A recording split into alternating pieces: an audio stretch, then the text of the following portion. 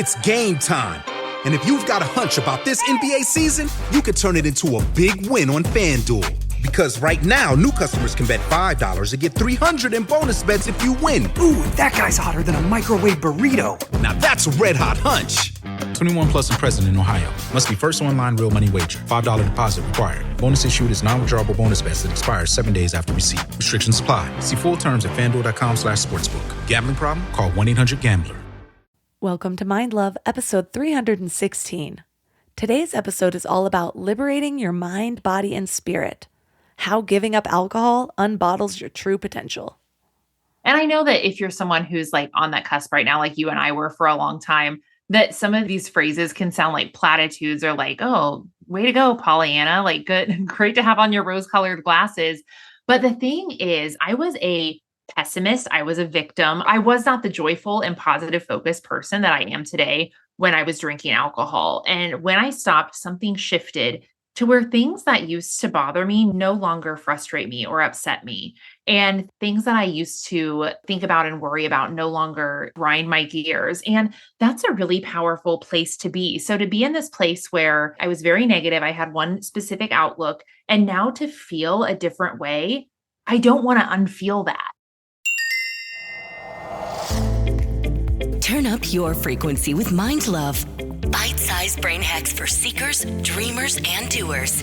It's time to give your mind a little love with your host, Melissa Monti.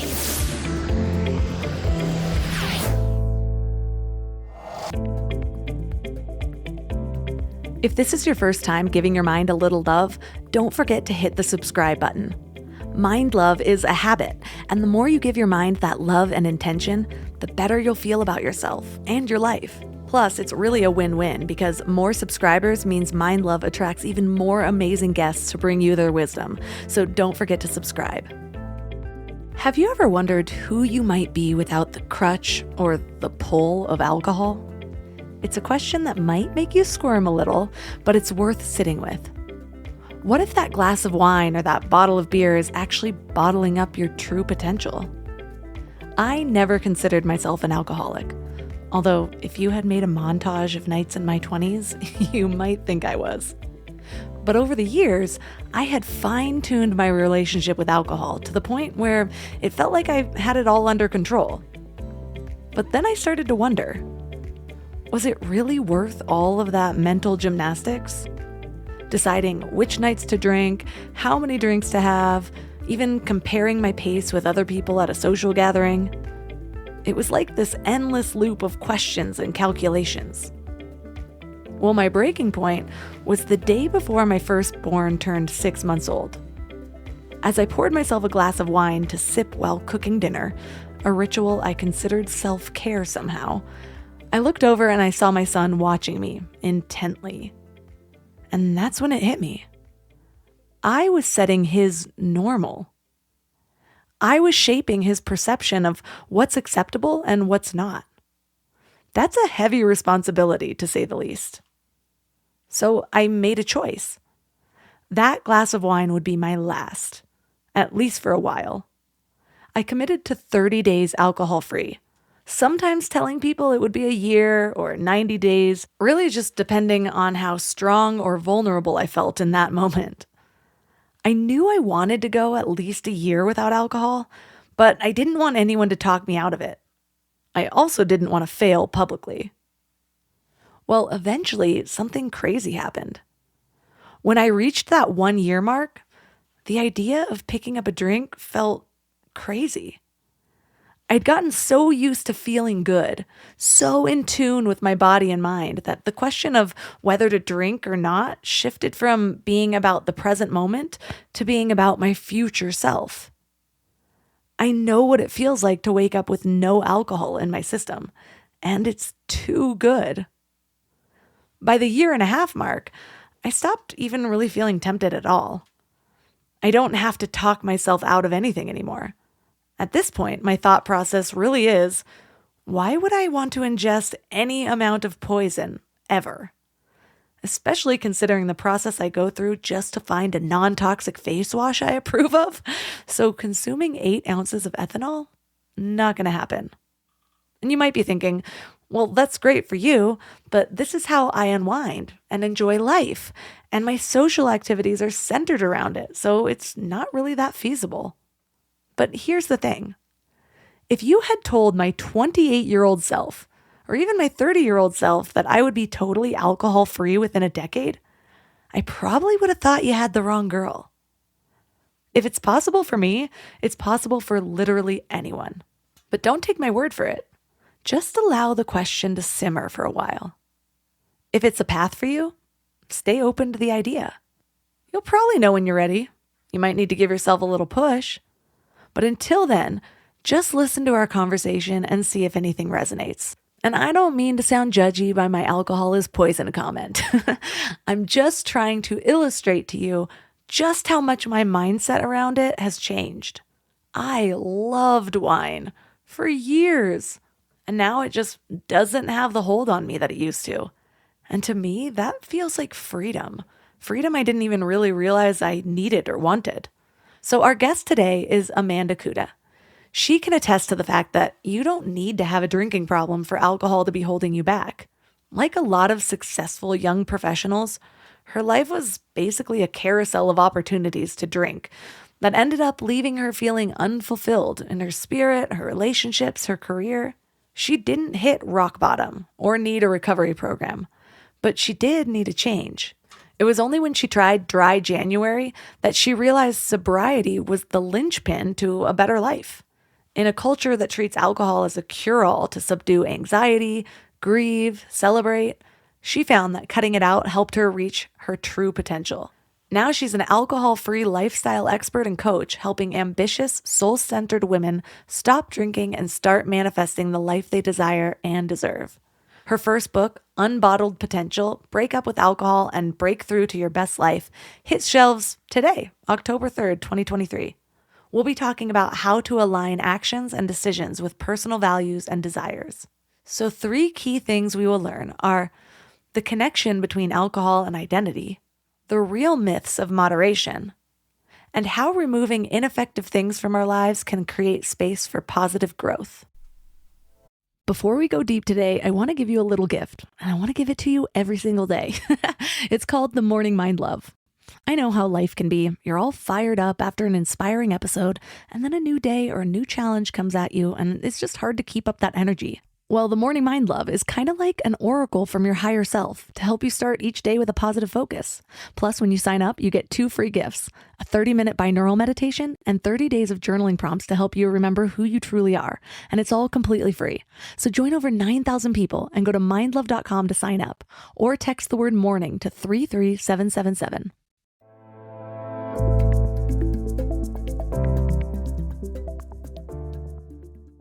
And now let's welcome Amanda Kuda to the show.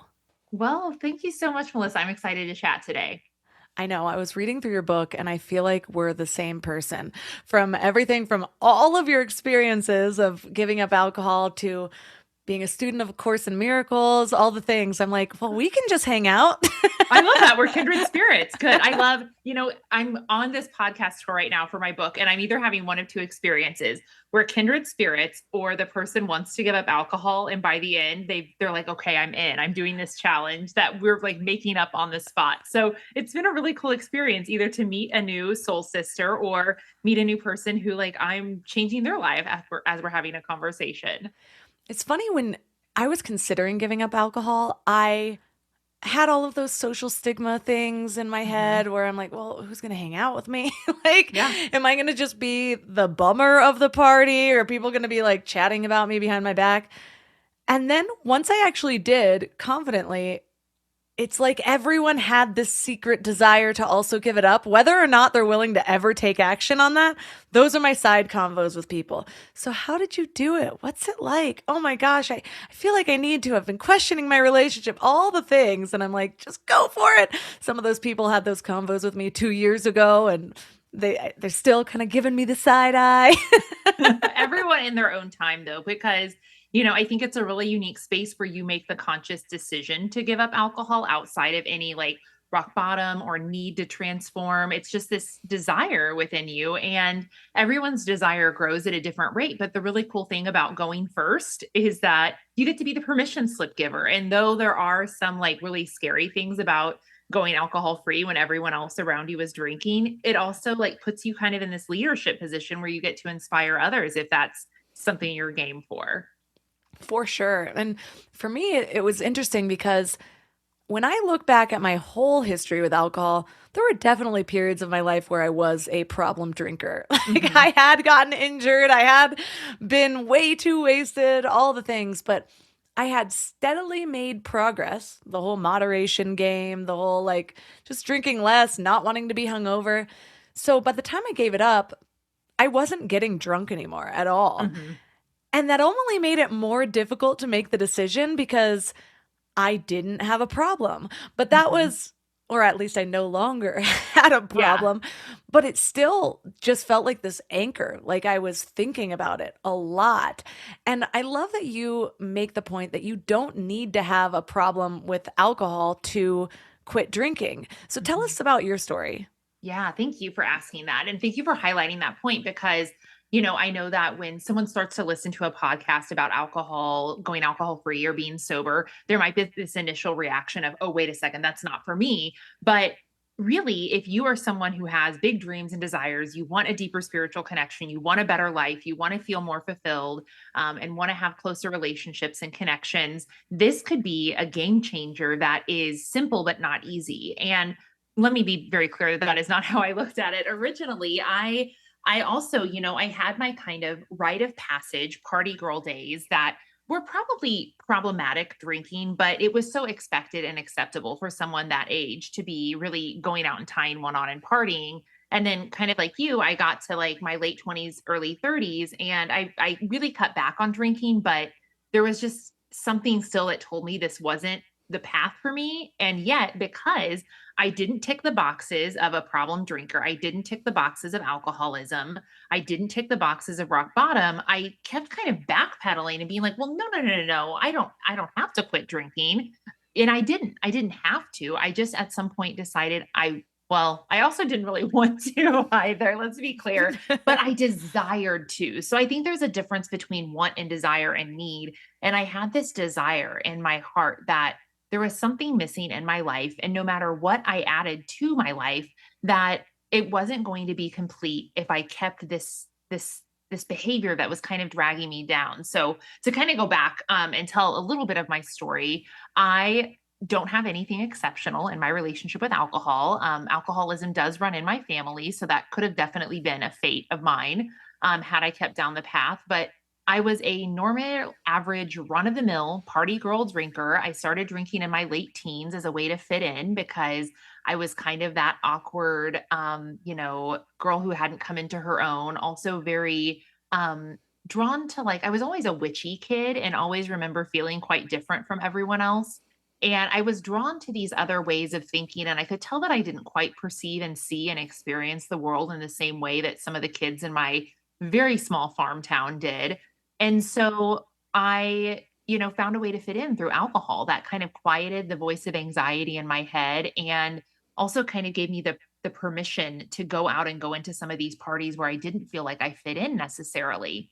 And, when we wire our brain to believe that at such a young and vulnerable age, we really take that as the truth. So through my 20s and early 30s, I believed I needed alcohol to be fun, to be cool, to be sexy, to be outgoing.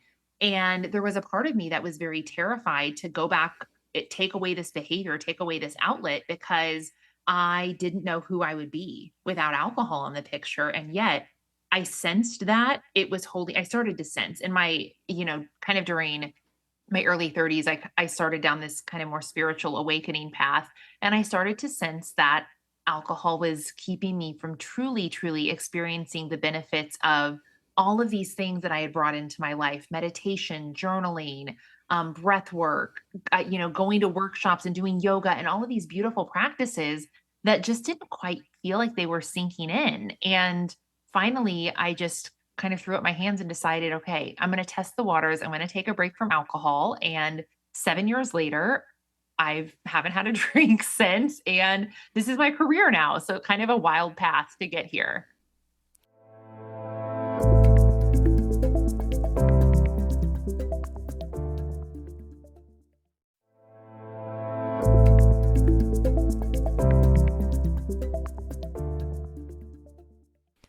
I love the question.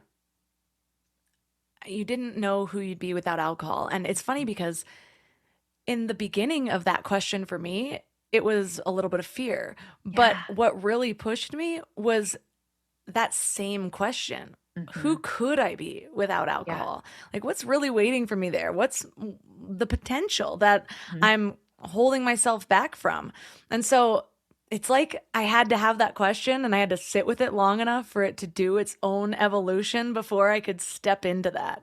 Yeah. It's like, yeah, it goes from like, who will I be? Like this fearful question to this more powerful, like, who could I be? And there's, everyone gets, if you're someone who's sober curious, you'll get to that at your own time. But I felt really afraid of what that would look like. And there's this moment that I share that I write about where I had this really transformational experience, as someone who was reading all of those spiritual texts, A Course in Miracles and everything, which let me tell you, looking at how long it took me to get through that book because I started reading it as a drinker, holy moly, that is a dense book to get through. It was not sinking in.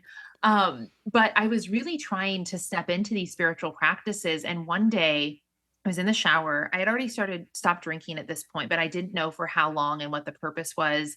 And I heard this intuitive message come through and it said, Amanda, I see you doing big things in this world, but I can't see you doing them with alcohol in the picture. And I mean, Melissa, I felt like I'd been punched in the gut. It was the truest thing I'd ever heard. And it was just myself saying it. It was my own sense of intuition.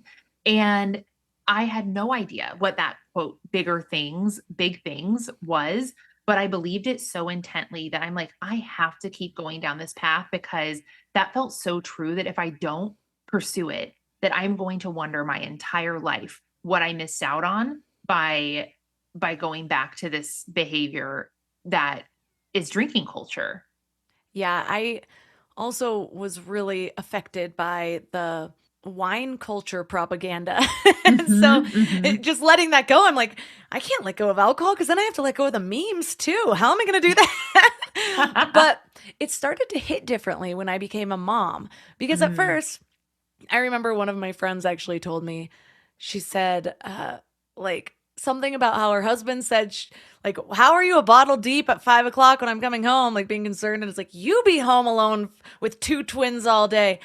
And I used that as permission for like a month. And it was interesting too, because being pregnant with my first was the longest I had gone without alcohol for a long time. And to be clear, I did have a glass of wine here and there. I read Expecting Better about why it's not horrible to have a glass of wine, looking for all the excuses. Of course, didn't ever drink more than this book gave me permission to drink. Right. But by the time I had my son, I had just given birth. I was back at home and my mom handed me like a bottle of champagne. She's like, we could celebrate. I guess that's a thing people do. And I remember for the first time actually not wanting it. And I was like, oh, wow, that abstinence, as much as I did it, changed my relationship with alcohol. This is great.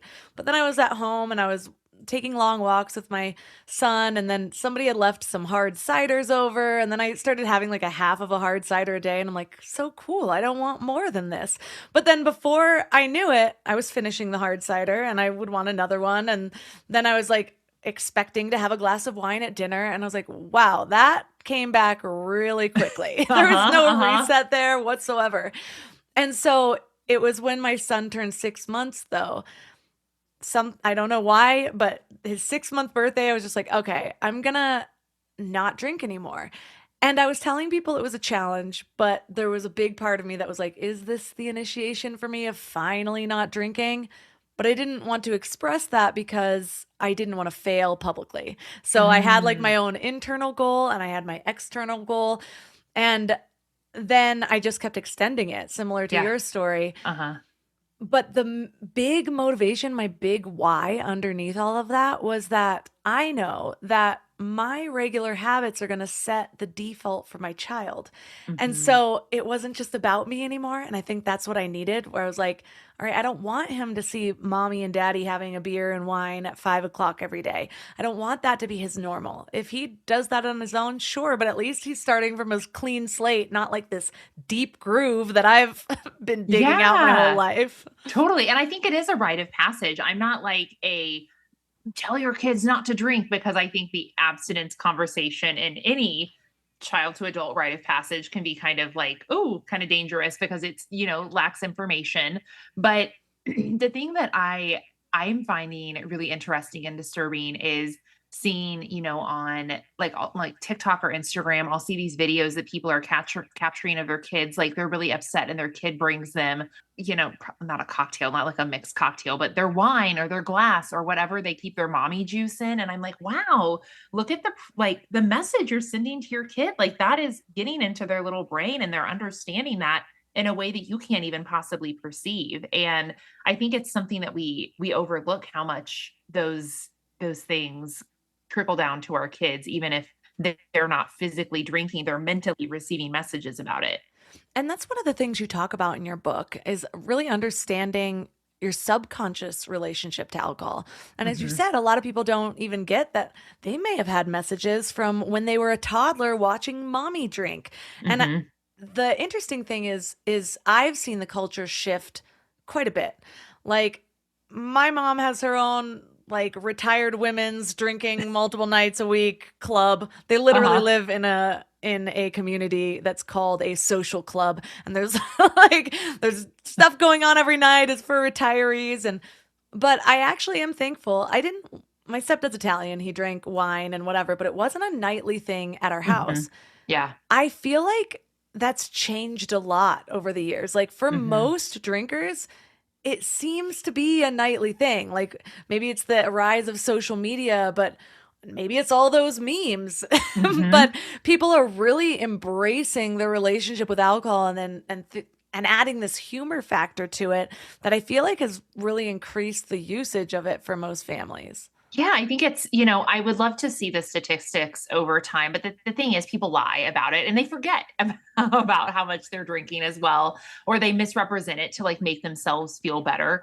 And the reality is that I think that for both better and worse, the messages have become more available, right? So we're seeing these, women portray this like glamorous life. I think Molly Sims, the model, unfortunately, is like one of the worst of doing mommy wine culture memes and cute TikToks and really glamorizing the alcohol culture. And then we have other people who are showing the other side that you don't have to drink alcohol to survive motherhood or life in general.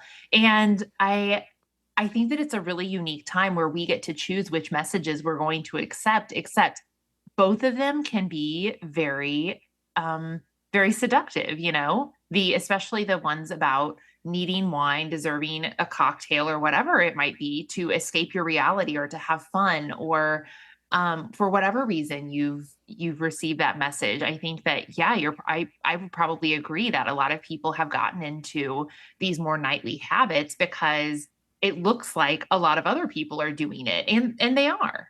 I also find it interesting that some of the people that I know that do make the jokes online, just personal friends, not anybody notable. I mean, notable to me, Yeah. but you know what I mean.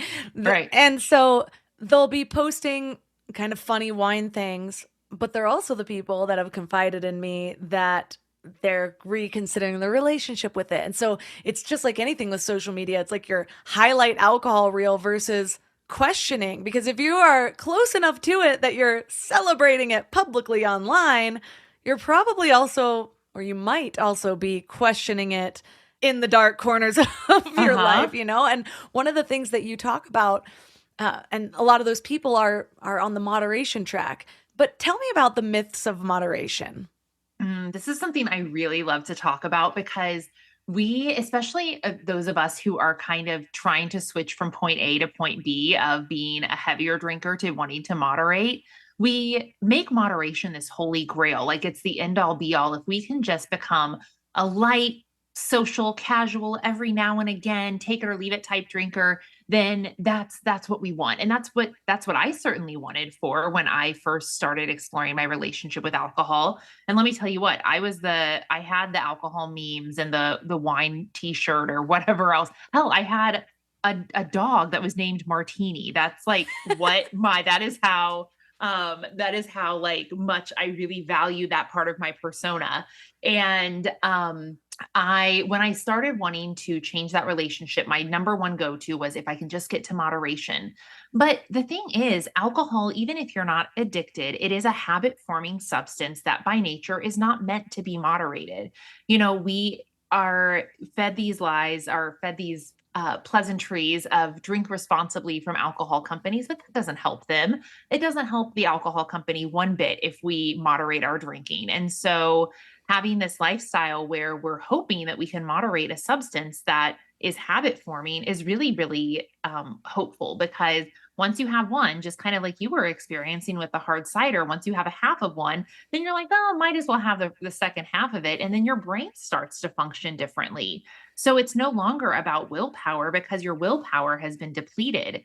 And if, by the way, we're relying on willpower, your willpower is something you're using up throughout the rest of the day. You're using it up when your kid starts to scream and you don't have a breakdown as well and you keep your patience. You're using it up when that asshole honks at you in traffic and you don't flip him the bird. Like, this is the way that willpower is a limited resource. And if you get to the end of the day, hoping that willpower will still work, and then you put a substance in your body that is made to deplete your willpower, moderation is just kind of this thing that we're hopeful for, but we're probably going to end up disappointed, especially if we aren't innately someone who moderates. And the thing that you were saying earlier that I think is really important that I would want to draw back to is that this concept that I share that was from a podcaster and an author named Gretchen Rubin. And she says that there's two types of people who naturally are moderators and people who are naturally are abstainers. And moderators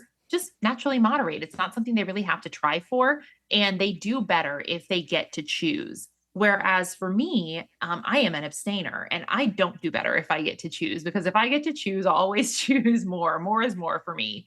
And that is whether you're talking sandwiches or cookies or whatever. It is just like, once I get started, I want more. And so moderation was really, really difficult for me because that wasn't my native come from. Whereas as an abstainer, I'm an all or nothing person. So if I decide nothing and I really commit to that, all of a sudden I have all of this mental space freed up and it's not even a question. So when I decided to abstain from alcohol, it actually became really easy. It was no longer trying to fight this losing battle of how much will I drink and when, how will I moderate, what kind of tips, tactics and tricks can I use, and what will I do, how will I soothe myself if that doesn't work out, how will I forgive myself if I kind of screw up there. And when I decided to abstain, all of those questions were gone. And all of a sudden I had this free space and it just wasn't a question. We weren't drinking and that was that. And it felt really easy. And so I wonder if you kind of have a similar constitution where once you just decided no, it just took a lot of the pressure off.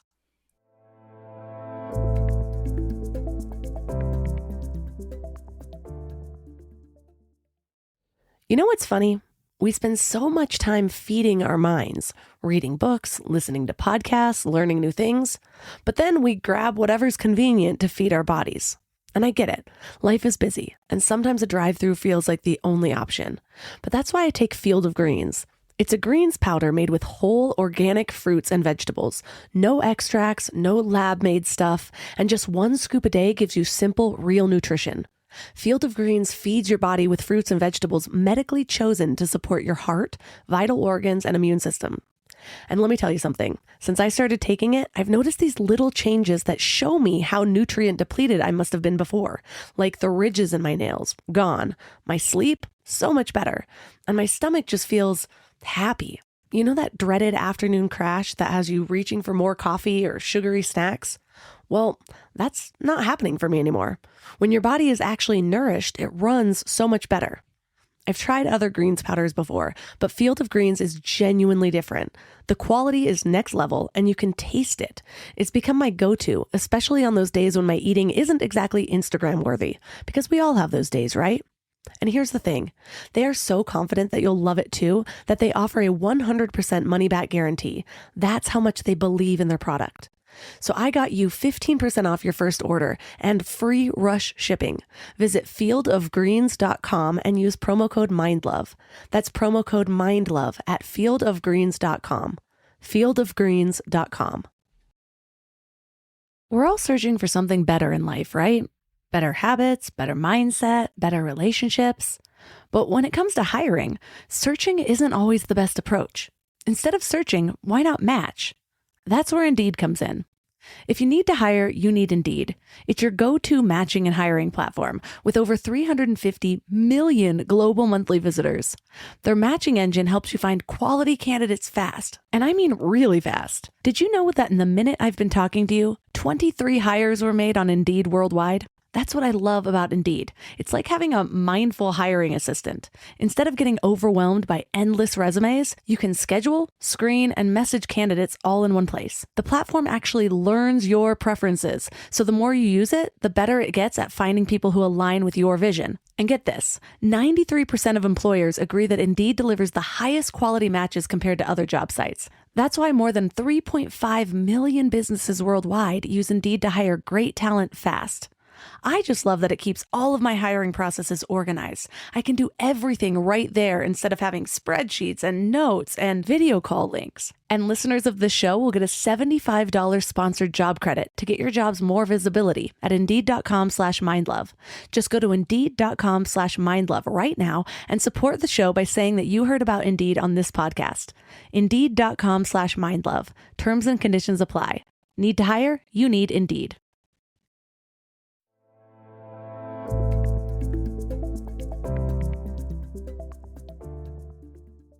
So I wonder if you kind of have a similar constitution where once you just decided no, it just took a lot of the pressure off.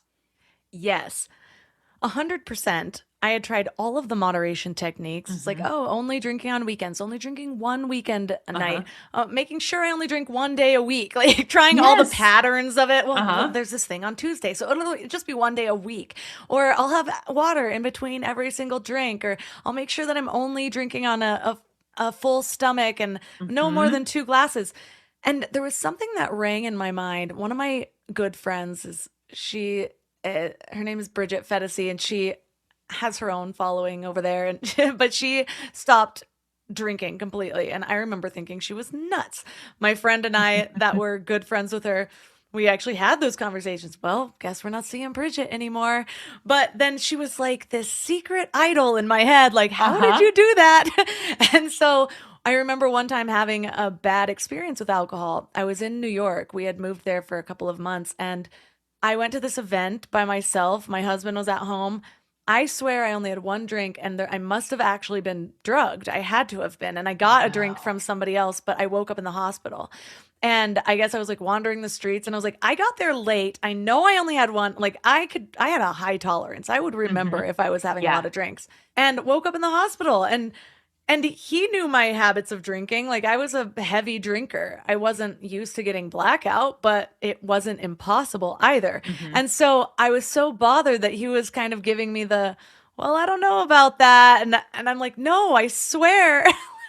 I'm like, but wait, I can't even speak my truth. Like the lines were so blurred there. And she was the one who I called and I wanted to talk to. I didn't want to talk to the people that wanted to make me feel better about alcohol. Mind you, I did not quit drinking until years after that. Yeah. But that was when I really started just making shifts, not drinking random drinks people give me, all of the things. But yeah, so back to that moderation aspect, when I finally just said, okay, no, I'm not going to lie and say it was the easiest thing. It was easier than having to make a new decision every single day, but I still had plenty of lust for alcohol, being at things, kind of just watching, almost even making these little mini choices in my head. Like I could have a drink on this plane and no one would know. But then I remember actually having a moment of of like making a decision that I was going to order a drink on a plane and then realizing I'm not doing this for anybody other than myself. Why would I secretly have a drink? Like, this makes no sense. And so I talked myself out of it, but I did that probably 25 different times, was have like this little idea. Okay, tomorrow I'm going to go get mulled wine at that cute little wine shop. And then the next day comes and I'm like, maybe I could just push through. It wasn't until this year, I think I had a huge realization at my 20-year reunion when even then I was like, I could just have a drink. You know, I've gone long enough. I never expected to be sober. I still don't like the word sober.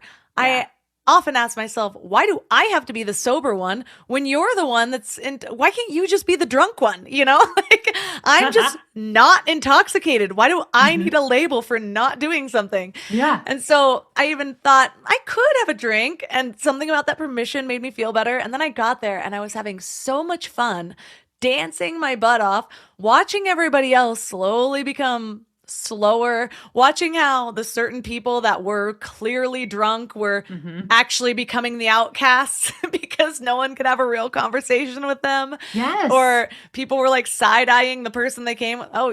Oh, you brought the drunk girl, you know, like things like that. Yeah. I'm like, this is such a different experience. And the amount of people that came up to me that said, can you move back? You're the most fun one here and you're not even drinking.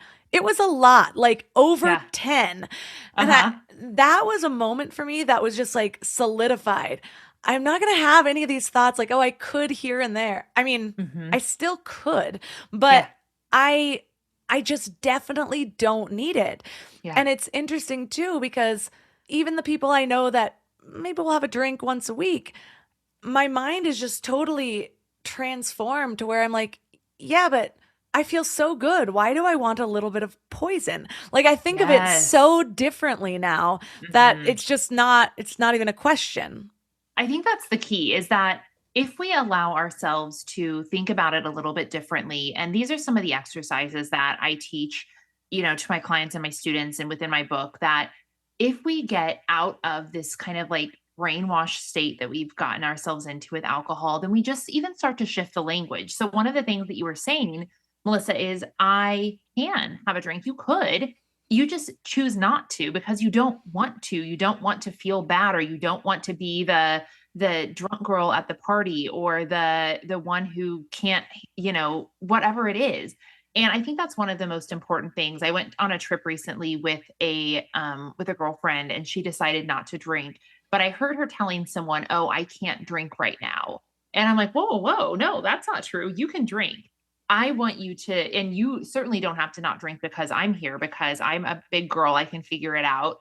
I think that it's going to feel a lot better if you choose and you say, I don't want to drink. I'm choosing not to drink. And that was one of the decisions that I made really early on, is that I wanted it to be a choice I was making, not a punishment I was giving myself. And once you switch that language, it becomes so different. And you give yourself the permission to be on a different spectrum, to where you're not the sober person. I only use sober in some instances just because it's a word people resonate with. But typically there's like this stigma with the word sobriety. So I typically say I'm alcohol free, or I don't drink anymore. And that has a different connotation that allows me a little bit more like semantic flexibility, I guess. But I think that really important, having that decision of I'm choosing not to do this thing. And then you realize, oh, by the way, I feel so good and I feel so present. Why would I want to put this stuff in my body? So kind of like you, like I could have a drink, but I know what it's like to feel good. And I know how it felt later on in my drinking years when I was sometimes just having one drink. And I could feel the intensity of how much that affected me the next day. Guess what? It feels good to feel good. And now that I know what it truly feels like, I don't want to go back and be a little bit foggy or a little bit, you know, nasally and headachy the next day. I like the feeling of being fully present and knowing that if I don't feel good, it's because of something, you know, an allergen in the air, not something that I chose to do to myself. And my face looks different. Yeah, it does. I'm older than when I chose to quit drinking, but I can tell you, I was noticing the bags under my eyes and I was just like, oh, this is aging. I was noticing my complexion, thought it was aging. Then I stopped drinking, and the color in my face is completely different. The stability of my face. And I mean, like, I don't randomly get breakouts anymore. And I know that can be a total hormone thing. Doesn't Well, but have alcohol to messes with your hormones. So exactly. yeah.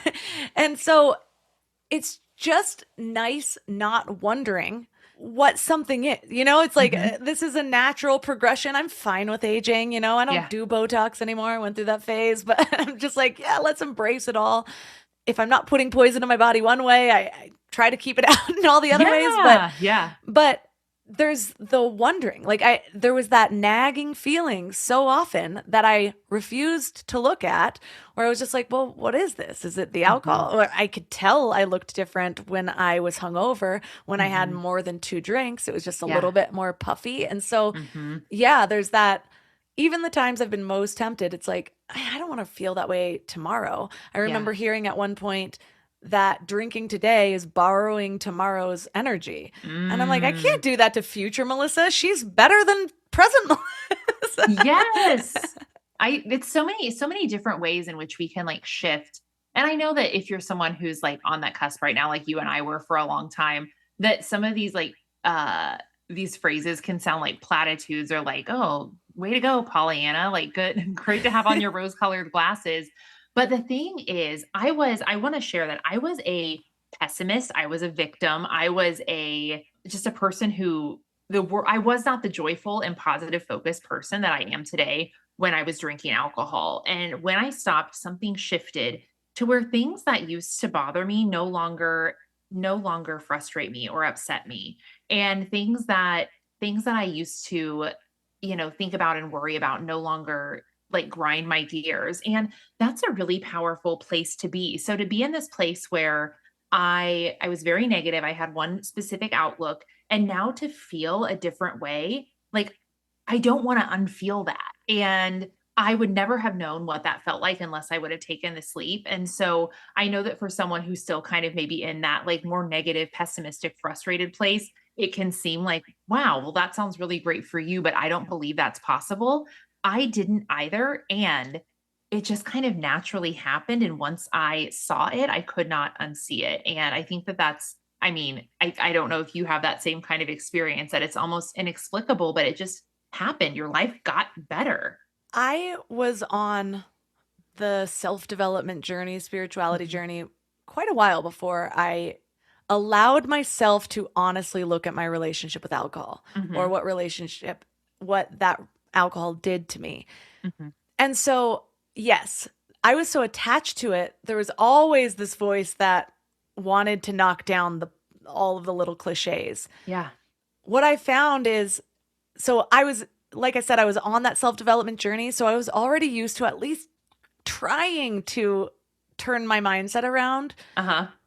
What I found was that my baseline for happiness automatically got higher than when I was drinking. And so I didn't need all of those tools to try to convince myself that the snow was fine and that a rainy day is still a happy day and like all the things. And so, I wasn't sitting there trying to be negative. I was trying to look at the bright side, but I didn't have to try so hard anymore after I stopped drinking. Yes. And that's when all of those little cliches, I was like, oh, the truth is resonating now because I'm resonating at a higher frequency. Yeah. And it was the spiritual development, though, that I was constantly, you make a point in your book how you vibrate higher. Alcohol actually lowers your energetic vibration. And so I thought to myself, I'm doing all of these things. I'm meditating every day. I'm developing a relationship with a higher power. I'm reading all of these spiritual texts, dabbling in all of the religious teachings in the broad spirituality. And how high can I actually go if I'm also just drinking a little bit of poison at 5:00 every night? Yep. But I didn't want to hear that. I was doing all the things too.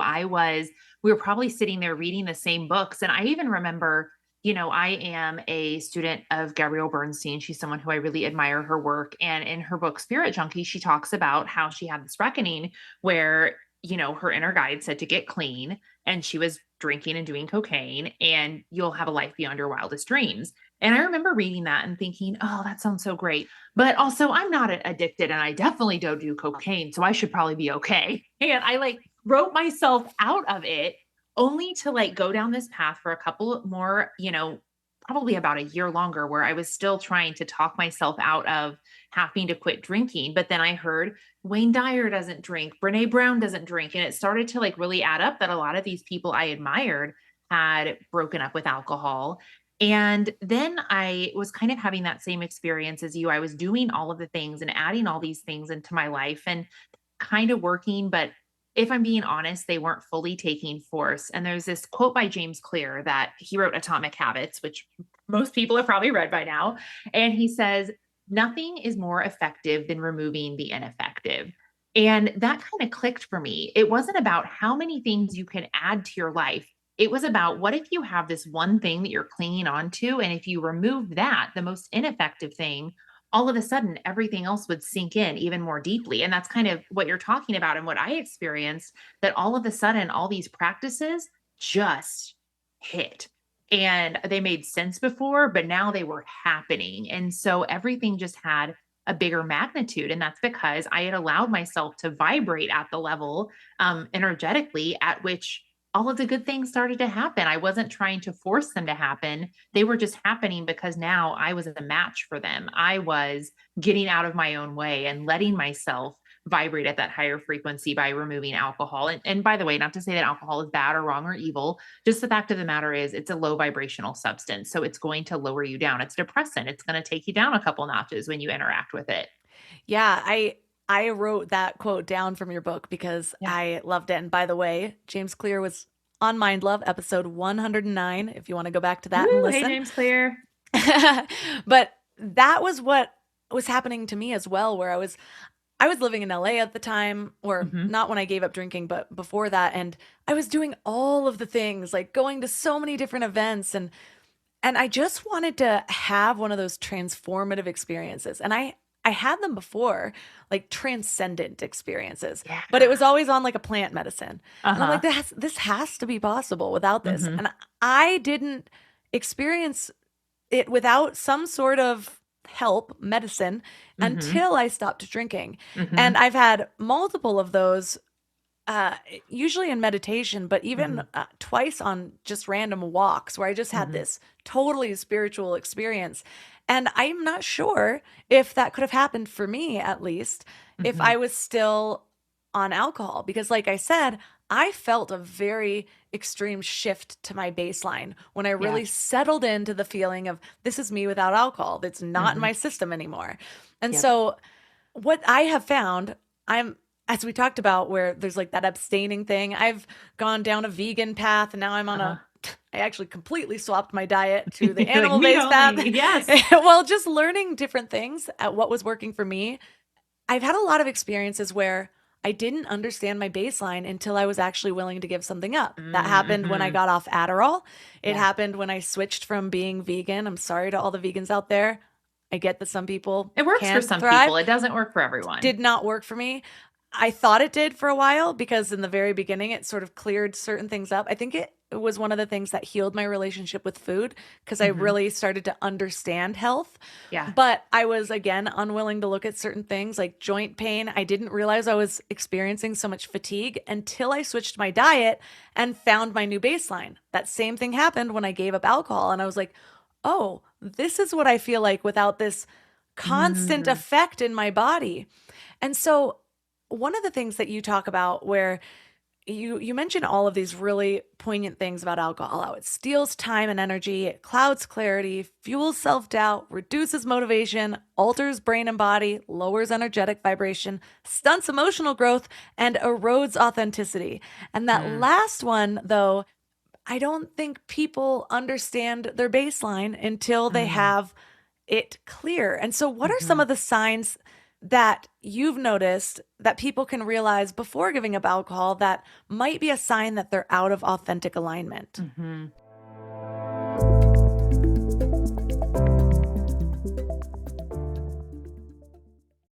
I don't know why it took me so long to invest in good bedding. I resisted it for years, but something flipped in me about 3 years ago. And now I'm basically a pillow connoisseur. I've tried them all, and I get weirdly excited about good bedding. Because here's the thing, we spend a third of our lives in bed, and the quality of that time affects literally everything else, which is why I'm so excited to tell you about my latest obsession, Lagoon Sleep Pillows.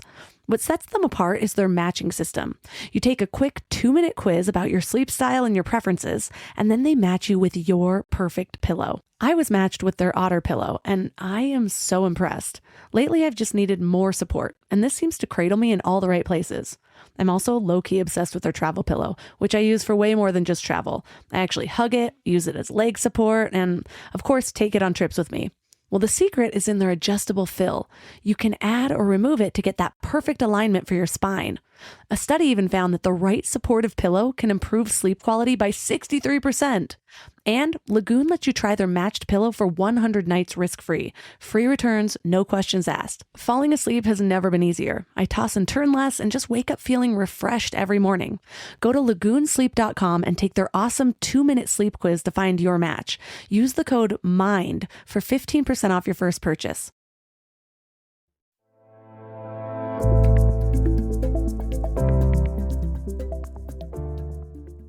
What are some of the signs that you've noticed that people can realize before giving up alcohol that might be a sign that they're out of authentic alignment? I think the first thing is, then I share some of these in the book, that you just have this sense that something is off, and you maybe are starting to ask yourself, is this all there is? And you're wondering, you're just wondering if you're in the right place in life. Existentially, you feel like something's off. And it is this sense that you're performing. It is this sense that you are people pleasing, or this realization that you are people pleasing. And you might not realize it until you have it called out to you and you have someone actually say, or you realize that, hey, could you be people pleasing? Let's ask ourselves a question. Am I making decisions about what I want and what I decide to do based on what I think will make me feel good, right, loved, popular, whatever? And when you start to look at what it is that you truly value and what you really want in life, I think a lot of us, women especially, and it's interesting that this is not something I mentioned in my book, but it's interesting that you mentioned your relationship with Adderall as well, because a lot of women who I work with and who are drawn to my work are on that neurodivergent scale. And so what we felt like our entire lives is that we don't fit in, especially women, right? Because they're not diagnosed with usually ADHD until later in life. But I had this sense always that I felt different than everyone else around me. And so I found ways to conform, put on masks to elevate the parts of my personality that were most socially acceptable and quiet down the parts that weren't so much. And I all of a sudden felt exhausted. I felt like I was always managing who I was allowed to be in front of people. And alcohol was helping me do that. It was helping me keep up the charade. And we can keep ourselves stuck in that process. Like, we don't know who we are. So we drink to become this other version of us. And then we don't have the mental wherewithal to explore who we are. So then we just keep in this cycle. And if you just pull back for a little bit and ask, who could I be? That's kind of returning to the first part of our conversation. Who could I be if I were the most authentic version of me? And I know that that's kind of a buzzword, but if I were really showing up as what feels most natural, not who I think I'm supposed to be to fit in with this group, or to play the role of this career that I've taken on, or play the role of one of the titles that I have, such as mother, wife, girlfriend, sister, whatever, who could I be? And I think that your baseline to understand that and your willpower to find it becomes so much more evident when you take yourself out of drinking culture, because drinking is one of the most basic things that we can do, right? So many people do it. It's very herd mentality activity. And once you stop doing that one activity, it opens up this space to get turned on to all of the other activities you've been doing that don't align with what you really want, what your soul wants to do. And I think that's really cool. So I wonder how you experienced that when you took a step back. I found that I used to really dislike when people said, step into the authentic version of you. You mentioned how it's a buzzword, and I was like, Yep. just stop. Like, why is everyone using this? Uh-huh. Until I actually stepped into that version of me. And then I was like, again, so now I almost have this rule. If a cliche sounds too cheesy, then I probably need work there. Ooh, I love that. Yes, such a theme. Yes. And with Adderall was one of those big shifts where it set this experience in my life that I couldn't forget about. When I got off Adderall finally, and it was this whole thing because I was on a lot of Adderall for 10 years. I was on 40 to 50 milligrams a day. And sometimes I would take an extra one if I was going out that Just night. in case. Yep. Yeah. And so I definitely was addicted to Adderall, and it was tied into a lot of different things for me. I didn't know who I was without it. It's just addictive in general. It's hard to get. So you actually have to go into the doctor every 3 months. You have to go pick up a prescription every month. There's always an Adderall shortage. They won't tell you over the phone if they have Adderall when you're picking it up. So you have to actually go to multiple pharmacies. I would call and they'd say, we can't tell you that over the phone. Then I'd go and they'd say, it's not in stock. I'm like, why can't you at least tell me it's not in stock over the phone? Yeah. So I'd be going all around LA, sometimes in traffic, trying to pick up my Adderall prescription. Long story short, I finally got off of it, and it was difficult because I had little to no energy for months. And I was just like, is this how it is? Is this the weaning off process? And I will say, I've never had quite as much energy as when I was on Adderall. And so it sort of distorts this baseline and you ruin yourself a little bit forever.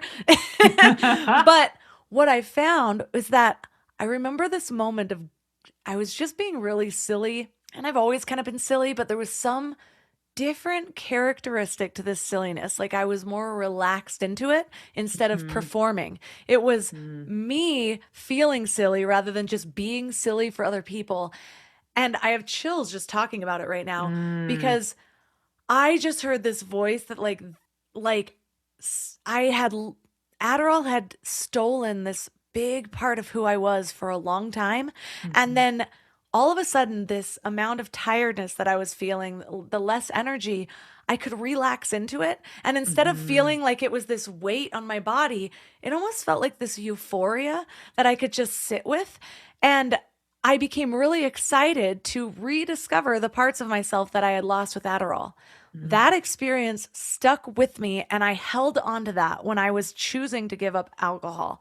And still to this day, I'm rediscovering who I am at these different events where maybe the default would be to grab wine, whereas now it's like, well, what do I do instead? And that reunion was still another eye-opener because I remember just looking around and I was like, how great it is that I don't have to be on the sidelines worrying about spilling red wine on my outfit or like always having to go back and stand in line to this thing. I just felt free without it. It didn't feel like I was missing out on anything.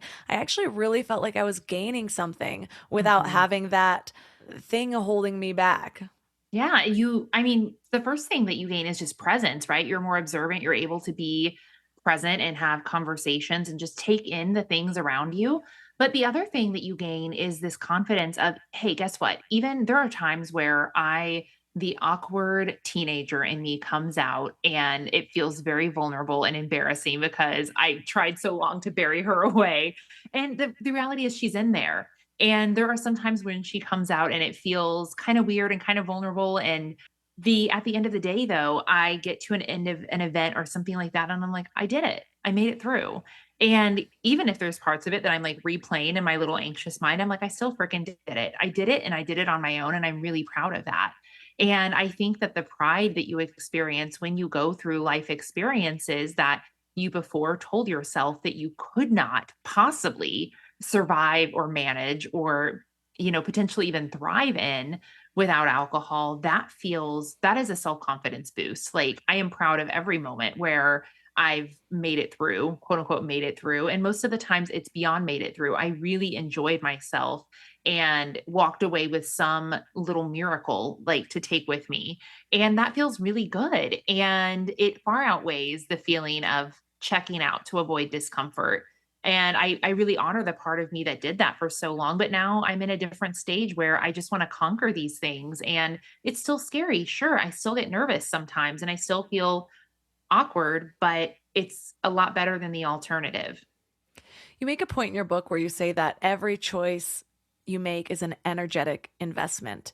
And that reminds me of something that I've allowed to guide my life a lot and recently over the last 10 years, but I find new ways to step into it all the time, but it's every decision you make is bringing you closer or further away from who you really are. It used to Yeah. be from your goal. Now I'm realizing the goals are just a byproduct. Everything is Yeah. about kind of discovering who I actually am, who I'm meant to be, the value that I'm meant to bring in this world. And I realized when I was younger, a lot of that kind of awkward teenager stuff, I've always been a big personality. I have my own fears socially. I was bullied at different times, but somehow I have no qualms being the first to raise my hand, to get on stage in front of 1,000 people, do a weird dance that they tell me to do. I just don't get embarrassed by those things. Uh-huh. And so my drinking self was used to stepping into that even more. But again, there was so much about it that was performative versus just feeling into what does it feel like to dance this hard, to do it just for me, to sing this loud, like to just have fun. And I still, depending on the situation, sometimes I walk into a party of people and I feel super outgoing and I am still accidentally the center of attention just because it's part of who I am. But then there's other times where I walk in and I don't feel that way at all. And those were the times that I used to think, okay, I need liquid courage. But instead, I'm understanding that we're all so multifaceted. I don't need to just be that person. And not having this thing that I'm leaning on to make myself this way that I believe myself to be, or I should be, or that other people expect me to be, I focus a lot more on just the energy that I'm bringing. And so I'm so much more comfortable just going and being in a quiet mood and not worrying that people think something's wrong with me. And instead, I just focus on the energy that I'm bringing to that space. Yeah. There was one of the interviews I've done was this guy, Richard Lang, who talks about the headless way. And it's this philosophy of, it's kind of a practice of kind of disassociating with ego. And instead of just being used to being in this body, understanding that we are everything. And so the headless way is all about like pretending like you don't have a head. If nobody told you that you had a head, you didn't have a mirror, like what would your experience be then? We look down at this body and we identify with it, but what if we didn't? What if we identified with everything in our experience? And so I practice that when I am at parties in my less outgoing moods. And instead I'm like, it's not like I have less energy. I have just as much energy. I am this experience. And kind of just meshing into that makes me feel comfortable to like, send joy over to the person over there, really appreciate the person who is stepping into that center of attention thing. And like, instead of trying to figure out who I am in the room, just owning the room, if that makes sense. I know it's a little esoteric, but no, I think it's beautiful. And I will say that 7 years ago, Amanda probably wouldn't understand wouldn't quite get it. And I just want to hold a little space for her who would have been like, what are you talking about? But today, Amanda, I'm like, yes, I've had that experience and it's so cool to be able to just be and not, I think that that version of me who would try to go hard and be big and be outgoing was the version of me who thought being quiet or, who felt like I had to entertain people because that would make everyone else more comfortable, or who felt like I had to start a conversation or keep a conversation going because that was what I had to do. Like now I'm okay if there's a little silence. I'm okay with standing and waiting and not talking to someone. And before I think the empath in me was so worried about not only how am I perceived, but is everyone else around me comfortable and what can I do to make them comfortable, that I would take actions that weren't necessarily what I wanted, but what I felt would make everyone else feel the best too. And now I'm okay with just sitting and being like, I'm just going to observe for a while. I'm just going to be present, or I'm going to do what feels right. And I think that that's a really cool place to be, because your expression of self, your authentic self, your potential isn't just about your career or an achievement you make. It's about how full you feel into yourself and how comfortable you are being yourself. And I think what you're sharing is an example of sometimes yourself is quiet. That doesn't mean you're low energy. It doesn't mean you're antisocial. Sometimes yourself just feels like that. And that's okay. And that's great because you have a multifaceted personality and you can be that version. And that's absolutely wonderful. I remember learning there's a whole group of people that believe that people like monks that go out in caves. Some people are like, well, what value are they really adding? They're out in a cave by themselves, like whoop-de-doo, but there's a lot of people who believe that the energy that those people that choose to just devote their lives to spirit, to increase their vibration, to become fully realized. There are many people that believe that those people are actually sustaining the energy of the planet. They're raising the vibration of the entire planet just by choosing to walk that path. And that sat with me because I always used to look at my value being something about what I was doing with other people, bringing to them, versus just understanding that I cultivate that value. First of all, value, you are valuable regardless of what you choose to do with alcohol. But just my being, however I choose to be in this world, is the value. And so if I choose to cultivate and continue to raise that vibration, to become a better version of myself, to understand how to regulate my emotions, and it's more than just the effect that I have on myself, to my children, to my friends, which it does. Like you said earlier in this, is being the permission slip for other people. So much of what you do is giving people permission in a good or a bad way. And so that, and just even those moments of being in the center of the party and being quiet, even if I don't speak to anybody, but cultivating that energy, you never know the impact that that's having on people. And like I mentioned earlier, yes, that high school reunion was an eye-opener because I was one of the lives of the party at that moment.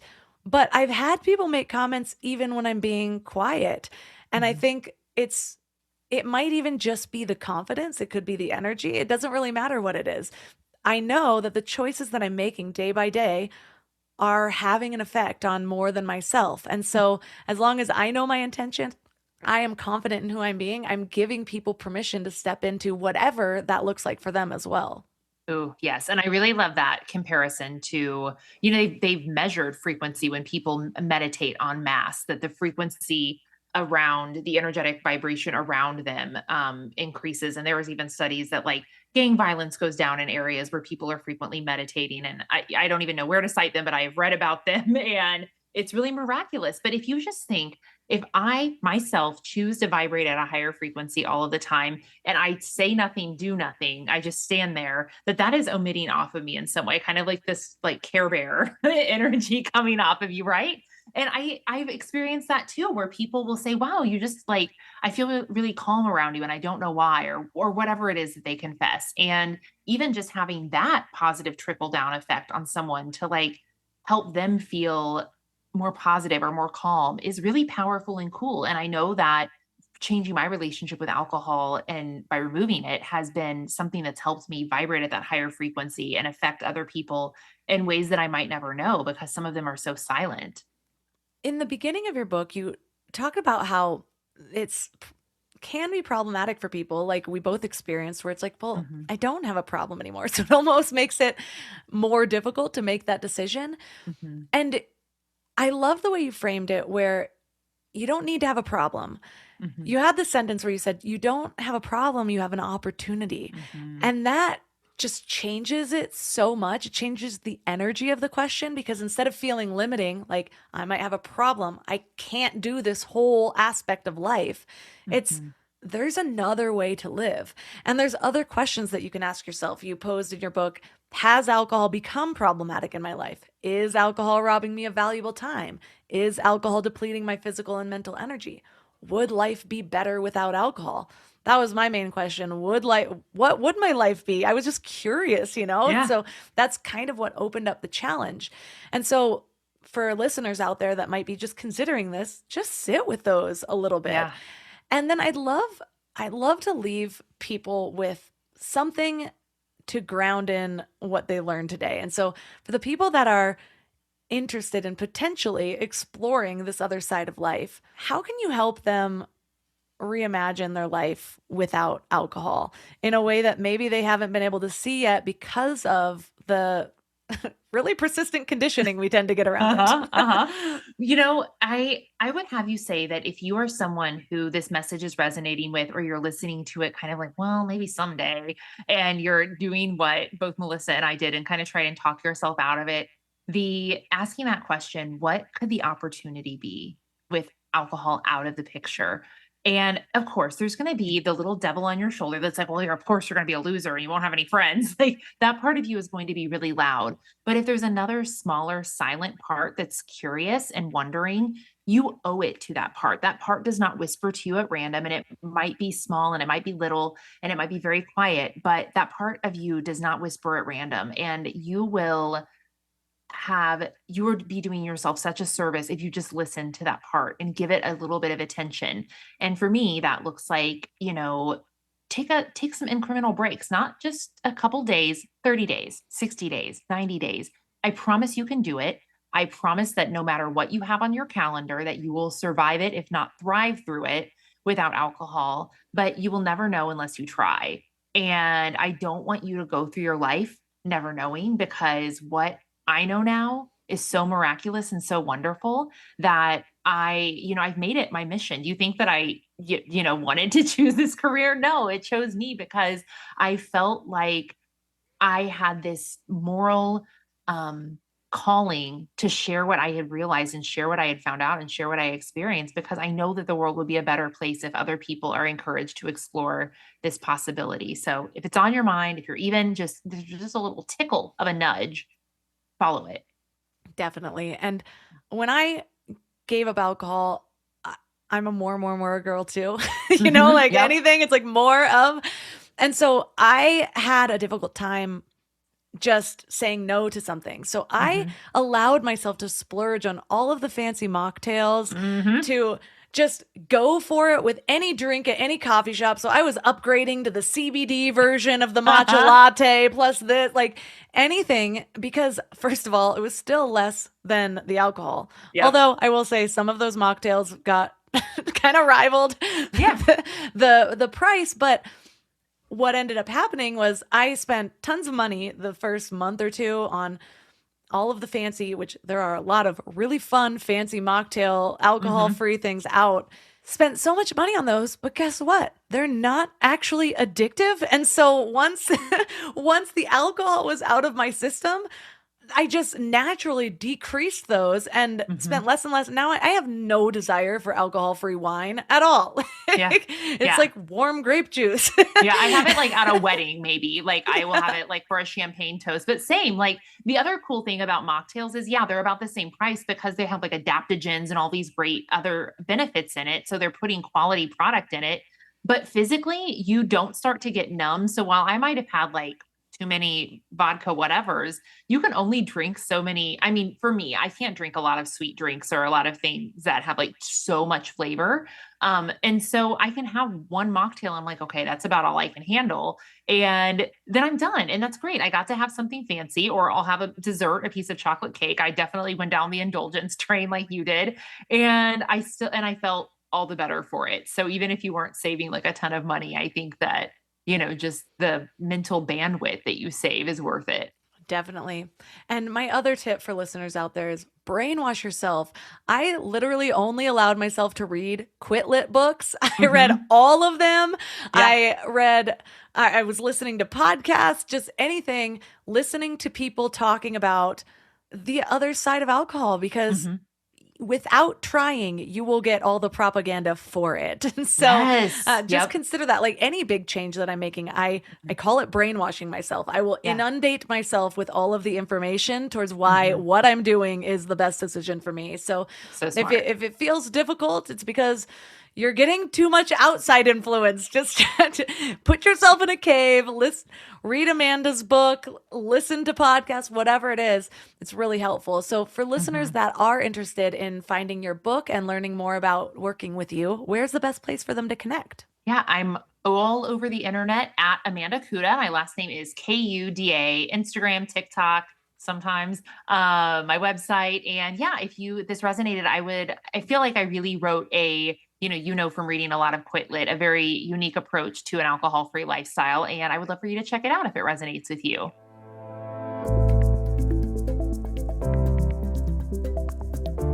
All the links for this episode will be at mindlove.com/316. What if your challenge for this week was to just go the week without alcohol? I will tell you something though. 7 days only is kind of cutting yourself short. It's all the struggle and not as many of the benefits. Yes, it always feels better to wake up without alcohol in your system, but did you know that if you go without drinking today, but you drank yesterday, you'll still have alcohol in your system? You kind of need a longer period of time to really flush it all out, to feel the effects of that detox. Not only that, if you have any amount of addiction to it, which it is an addictive substance, so really be honest with yourself.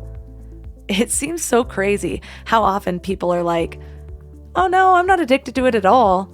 But they do think of it first when they're a little bit stressed or when they have a specific ritual, like cooking dinner or going to a specific place. Hell, I used to take wine hiking with me sometimes. I mean, in my late 20s, it seemed like a way to add a little flair to it. But now I understand that that sunset hike is the flair. I love how Amanda asked the question, if it's not fun without alcohol, is it really fun? But I want to take that almost a level deeper, because what I started to do was I was adding it as this fun layer to so many things. The things that were supposed to be fun on their own stopped being fun on their own. I was looking for that drink, even when I was moderating. It took me a year of being alcohol-free to actually be honest with myself about all of the downsides I was experiencing from alcohol. And I will tell you that after that 30-day mark, it starts to get easier. By the 90-day mark, it's a lot easier. For me, then I was only tempted by certain occasions, like, okay, I'm at a wedding. Am I really going to not drink? Or Christmas season, I have to go without mulled wine? And now I look at it and I'm just like, nope, not a question. So give yourself that space and see what it's really like. It's so easy to just be an adult and have alcohol consistently in our systems, whether it's once a night, once a week, a couple times a month. For the average drinker, that seems like you're not drinking very much. But now for me, as a non-drinker, it seems like a lot. Once a week of having a drink is putting a small amount of poison in your system over 50 times a year. That's a lot, however we want to slice it. So let me know how it goes. Or better yet, reach out to me as an accountability buddy. I don't mind. I actually love it. I have all sorts of pro tips for getting through those first 90 days. So you can find me at mindlovemelissa on Instagram. If you want something else to put your mind to, consider joining the Mind Love membership. There's nothing better than a good replacement for some bad habits. And every month we'll walk you through another area of your life to bring intention to. You can find out more at mindlove.com/membership. Plus you get 100 exclusive Mind Love episodes just for members and a bunch of meditations too. So again, that's at mindlove.com/membership. All of my amazing sponsors are at mindlove.com/sponsors with some pretty cool discount codes. And if you know of someone who needs this episode, consider sharing it with them, either directly or take a screenshot and tag Mind Love Melissa. Bonus points if you're going on your own alcohol-free challenge. I want to see you. I want to celebrate you. I want to reshare your commitment. So again, Instagram, Mind Love Melissa. And that's all for today. So thanks for giving your mind a little love today, and I'll see you next week. Thanks for tuning into Your Higher Frequency with Mind Love. Head to mindlove.com for a free gift to keep your vibes up until next week.